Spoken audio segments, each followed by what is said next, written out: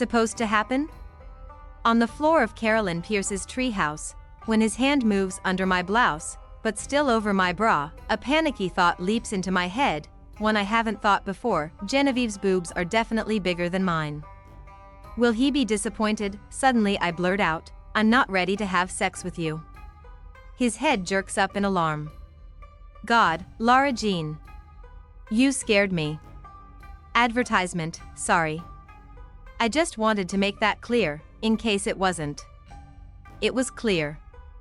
Peter flashes a hurt look at me and sits up, his back ramrod straight. I'm not some caveman.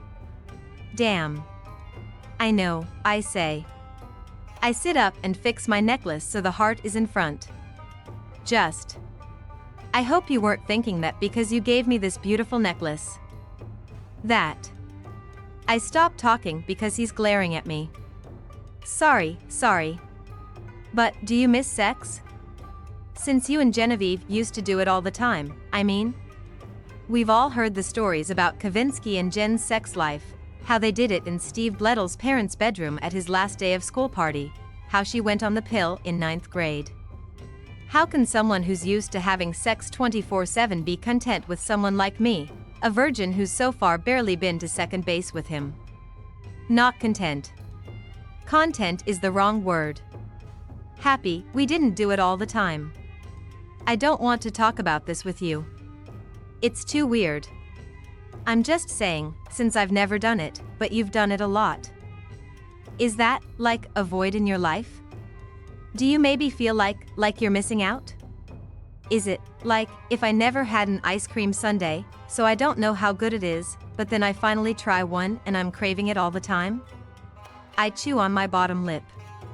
Are you craving it all the time? No. Be honest. Do I wish we were having sex? I mean, okay, yes. But it's not like I'm trying to pressure you.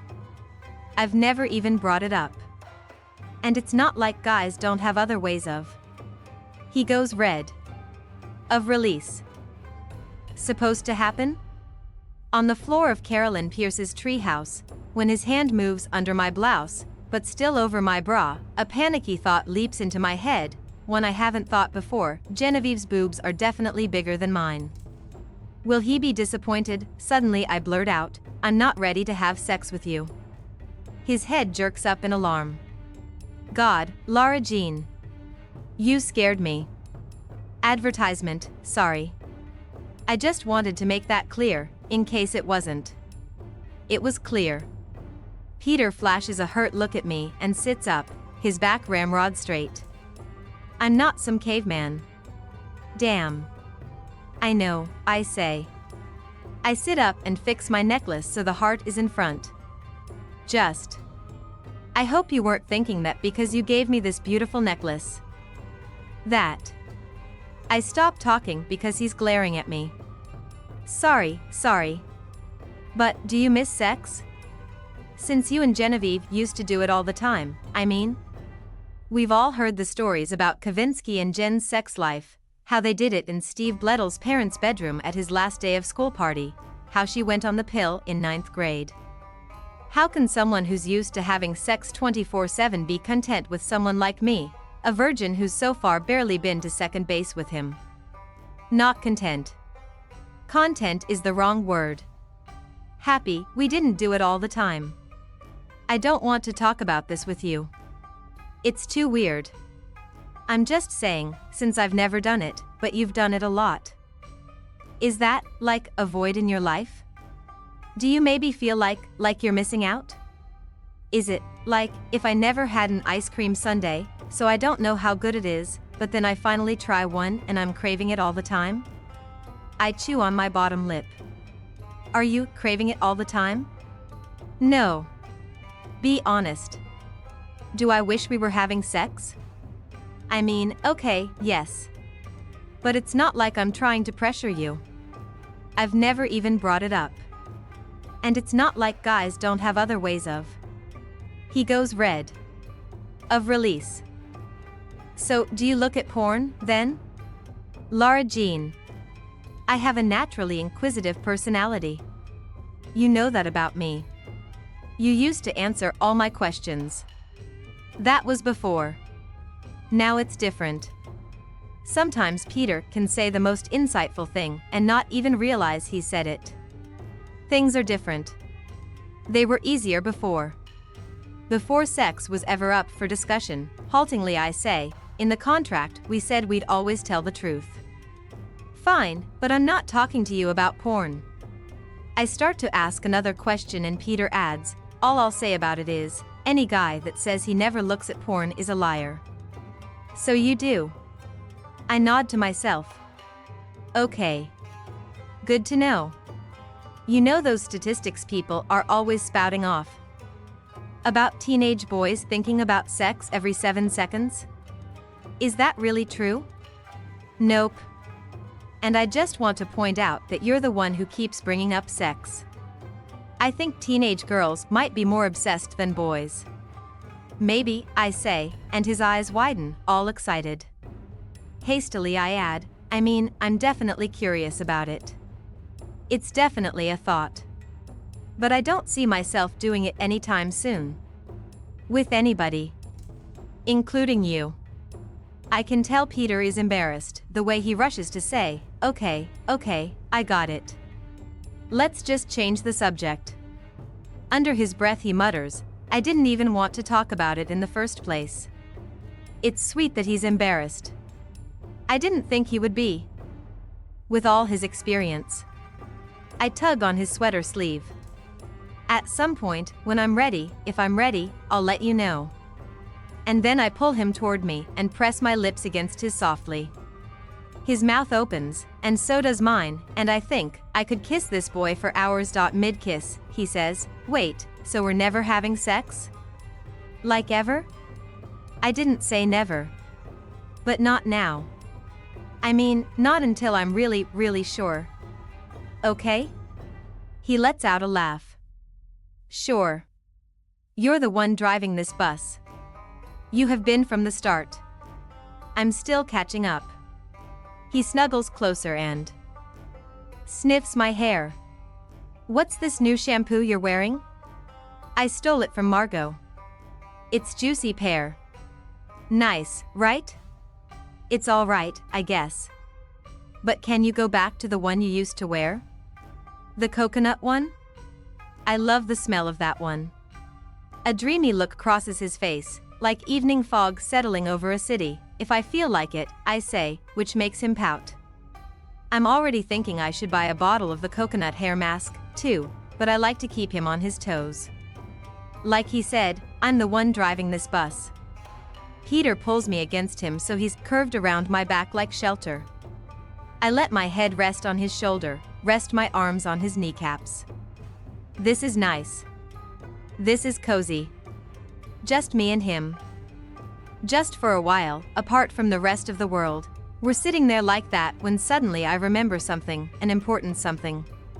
The time capsule.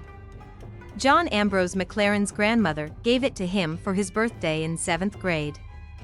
He'd asked for a video game, but the time capsule was what he got. He said he was going to throw it away, but then he thought one of us girls might want it. I said I wanted it, and then Genevieve said she wanted it, so of course Chris chimed in too. And then I had the idea to bury it right there in the Pierce's backyard under the treehouse. I got really excited and said everybody needed to put in something that they had on them at that very moment. I said we should come back the day we graduate from high school and open it up and reminisce. Do you remember that time capsule we buried? I ask him, oh, yeah. McLaren's. Let's dig it up. We can't open it without everybody else, I say. Remember, we were going to do it after high school graduation? This was when I still thought we'd all be friends. You, me, John, Trevor, Chris, Allie. I don't say Genevieve's name. Peter doesn't appear to notice. All right, then we'll wait. Whatever my girl wants. Dear Lara Jean, I will give you your letter back on one condition. You have to make a solemn unbreakable vow that you will return it to me after you're done reading it. I need physical proof that a girl liked me in middle school, otherwise who would ever believe it, and for what it's worth, that peanut butter chocolate cake you baked was the best I ever ate. I never had another cake quite like that one, with my name written in Reese's Pieces. I still think about it sometimes. A guy doesn't forget a cake like that. I have one question for you. How many letters did you write? Just wondering how special I should feel. John, dear John, I, Lara Jean, hereby make a solemn vow, nay, an unbreakable vow, to return my letter to you, intact and unchanged. Now give me my letter back. Also, you're such a liar. You know very well that plenty of girls liked you in middle school. At sleepovers, girls would be like, "Are you Team Peter or Team John?" Don't pretend like you didn't know that, Johnny, and to answer your question, there were 5 letters. 5 meaningful boys in my whole life history. Though, now that I'm writing it down, 5 sounds like a lot, considering the fact that I'm only 16. I wonder how many there'll have been by the time I'm 20. There's this lady at the nursing home I volunteer at, and she's had so many husbands and lived so many lives. I look at her and I think, she must not have even one regret, because she's done and seen it all. Did I tell you my older sister Margot's all the way in Scotland, at St. Andrews? It's where Prince William and Kate Middleton met. Maybe she'll meet a prince, too, haha. Where do you want to go to college? Do you know what you want to study? I think I want to stay in state. Virginia has great public schools and it'll be much cheaper, but I guess the main reason is I'm very close to my family and I don't want to be too far away.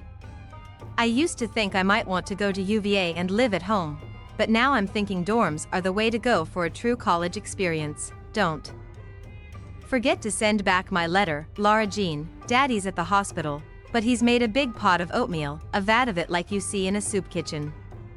By this time it's gummy and I have to put half a bottle of maple syrup and dried cherries on mine to make it palatable, and even then I'm not sure if I like oatmeal.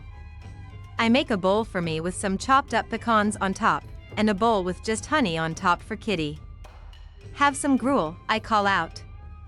She's in front of the TV, of course. We sit on stools at the breakfast bar and eat our gruel. I will say there is something satisfying about it, the way it sticks to your insides like paste. As I eat, I keep my eyes toward the window. Kitty snaps her fingers in my face. Hello. I asked you a question. Has the mail come yet? I ask. The mailman doesn't come until after 12 on Saturdays, Kitty says, licking honey off her spoon. Eyeing me, she says, why have you been so excited about the mail all week? I'm waiting for a letter, I say. From who? Just, no one important. A rookie mistake. I should have made up a name, because Kitty's eyes narrow, and now she's really interested. If it wasn't someone important, you wouldn't be so gaga looking out the window for it. Who's it from? If you must know, it's actually a letter from me. One of those love letters of mine you sent out. I reach across the table and pinch her arm. It's coming back my way. From the boy with the funny name. Ambrose. What kind of name is Ambrose? Do you remember him at all? He used to live on our street. He had yellow hair, Kitty says. He had a skateboard. He let me play with it once. That sounds like him, I say, remembering. Of all the boys, he had the most patience with Kitty, even though she was a pain. Stop smiling, Kitty commands. You already have a boyfriend. You don't need to. My smile slips. We're just writing letters, Kitty. Also, don't snap at me. I lean in to give her another pinch, and she jumps up. Before I can. What are you going to do today? Ms. Rothschild said she'd take me and Jamie to the dog park, Kitty says, putting her dirty bowl in the sink. I'm gonna go over and remind her. You've been hanging out with her a lot lately. Kitty shrugs and gently I say, just don't become a nuisance, all right? I mean, she's like 40, she might have other things she wants to be doing with her Saturday. Like go to a winery or a spa. She doesn't need you harassing her about dating our dad. Ms. Rothschild loves hanging out with me, so keep your little opinions to yourself. I frown at her. Seriously, you have such bad manners, Kitty. Blame my manners on you and Marco and Daddy. Then. You're the ones who raised me this way. Then I guess nothing will ever be your fault in life because of the shoddy way you were raised. I guess not. I let out a scream of frustration, and Kitty skips off, humming to herself, pleased as punch to have annoyed me. Dear Lara Jean, for the record, the only reason girls ever paid me any attention was because I was Peter's best friend. It's why Sabrina Fox asked me to be her date to the 8th grade formal. She even tried to sit next to Peter at Red Lobster before the dance. As for college, my dad went to UNC, so he's really pushing for that. He says I have tar in my blood. My mom wants me to stay in state. I haven't told anyone this. But I really want to go to Georgetown. Knock on wood. Studying for the SATs as we speak, anyway, here's your letter back. Don't forget your promise. I'm really enjoying writing letters back and forth, but can I also have your phone number? You're pretty hard to find online. My very first thought is, he hasn't seen the video. He can't possibly have. Not if he's saying I'm so hard to find online. I suppose deep down I must have been worrying about it, because I feel so relieved to know for certain. What a comfort, to know that he can still have a certain idea of me in his head, the same as I have of him. And truly, John Ambrose McLaren isn't the type of boy to look at any bitch. Not the John Ambrose McLaren I remember. I look back down at the letter, and there, at the bottom, is his phone number. I blink. Letters were harmless enough, but if John and I started talking on the phone, would that be a betrayal of sorts? Is there even a difference between texting and letter writing? One is more immediate. But the act of writing a letter, of selecting paper and pen, addressing the envelope, finding a stamp, let alone putting pen to paper, it's far more deliberate. My cheeks heat up. It's more romantic. A letter is something to keep. Speaking of which, I unfold the second piece of paper in the envelope. It's creased, a stationery I recognize well. Thick creamy paper with LJSC engraved in navy at the top. A birthday gift from my dad because of my delight in anything monogrammed. Dear John Ambrose McLaren, I know the exact day it all started. Fall, 8th grade. We got caught in the rain when we had to put all the softball bats away after gym. We started to run back to the building, and I couldn't run as fast as you, so you stopped and grabbed my bag too. It was even better than if you'd grabbed my hand. I still remember the way you looked. Your t-shirt was stuck to your back, your hair wet like you just came out of the shower. When it started to pour, you hooped and hollered like a little kid. There was this moment, you looked back at me, and your grin was as wide as your face. You said, "Come on, LJ." It was right then. That's when I knew, all the way down to my soaking wet keds. I love you, John Ambrose McLaren. I really love you. I might have loved you for all of high school. I think you might have loved me back. If only you weren't moving away, John. It's so unfair when people move away. It's like their parents just decide something and no one else gets a say in it. Not that I even deserve a say. I'm not your girlfriend or anything. But you at least deserve a say. I was really hoping that one day I would get to call you Johnny. Your mom came to get you after school once, and a bunch of us were hanging out on the front steps. And you didn't see her car, so she honked and called out, "Johnny." I loved the sound of that. Johnny. One day, I bet your girlfriend will call you Johnny. She's really lucky. Maybe you already have a girlfriend right now. If you do, know this, once upon a time in Virginia, a girl loved you. I'm going to say it just this once, since you'll never hear it anyway. Goodbye, Johnny, love, Lara Jean. I let out a scream, so loud and so piercing that Jamie barks in alarm. Sorry, I whisper, falling back against my pillows. I cannot believe that John Ambrose McLaren read that letter. I didn't remember it to be so naked. With so much yearning. God, why do I have to be a person who yearns so much? How horrible. How perfectly horrible. I've never been naked in front of a boy before, but now I feel like I have. I can't bear to look at it again, to even think about it. I scramble up and stuff it back inside the envelope and push it under my bed so it no longer exists. Out of sight, out of mind, obviously John won't be getting this letter back. In fact, I don't know if I should write him back at all. Things feel altered, somehow I'd forgotten that letter. How ardently I longed for him. How certain I was, how absolutely certain I believed we were meant to be, if only. The memory of that belief shakes me up, it leaves me feeling unsettled and even uncertain. Unmoored. What was it about him, I wonder, that made me so sure? Strangely, there's no mention of Peter in my letter. In the letter I say I started liking him in the fall of 8th grade. I liked Peter in 8th grade too, so there was a definite crossover. When did one begin and the other end? The one person who would know is the one person I could never ask. She is the one who foretold that I would like John. Genevieve slept over at my house most nights that summer. Allie was only allowed to sleep over on special occasions, so it was usually just the two of us. We'd go over what happened that day with the boys, every detail. "This is going to be our crew," she said to me one night, her lips barely moving. We were doing Korean face masks my grandma had sent, the kind that look like ski masks, and drip with essence and vitamins and spa-like things. This is what high school is going to be like.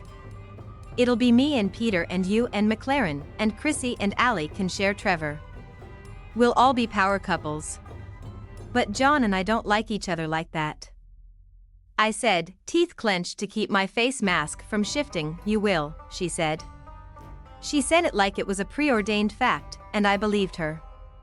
I always believed her, but none of it came to be, except for the Jen and Peter part. Lucas and I are sitting cross-legged in the hallway, sharing a strawberry shortcake ice cream bar. "Stick to your side," he reminds me as I lower my head for another bite. "I'm the one who bought it." I remind him. "Lucas, do you think it's cheating to write letters to someone?" "Not me, I'm asking for a friend." "No," Lucas says. He raises both eyebrows.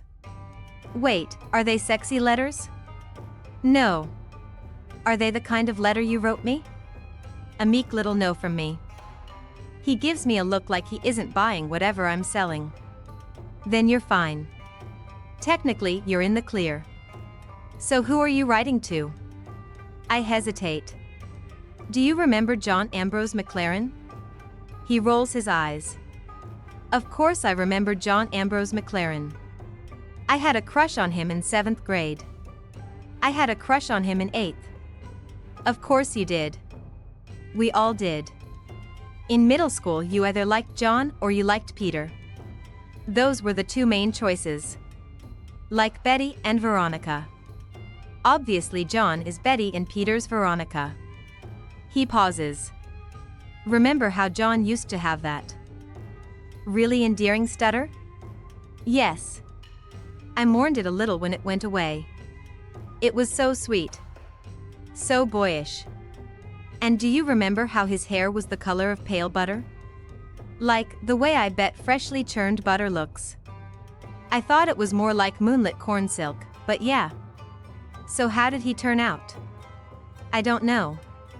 It's strange because there's the him I remember from middle school, and that's just my memory of him, but then there's the him now. Did you guys ever go out back then? Oh no. Never. So that's probably why you're curious about him now. I didn't say I was curious. Lucas gives me a look. You basically did.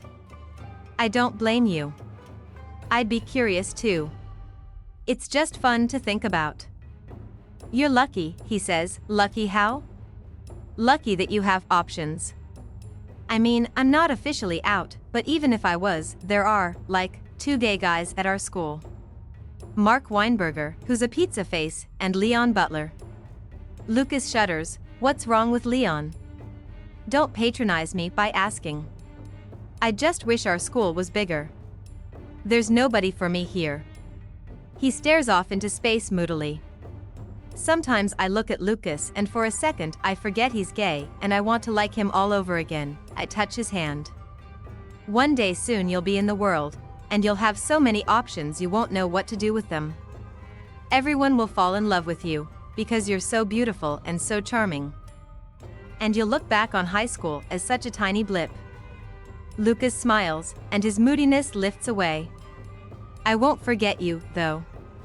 32. The Pierces finally sold their house, Daddy says, heaping more spinach salad on Kitty's plate. We'll have new backyard neighbors in a month. Kitty perks up. Do they have kids?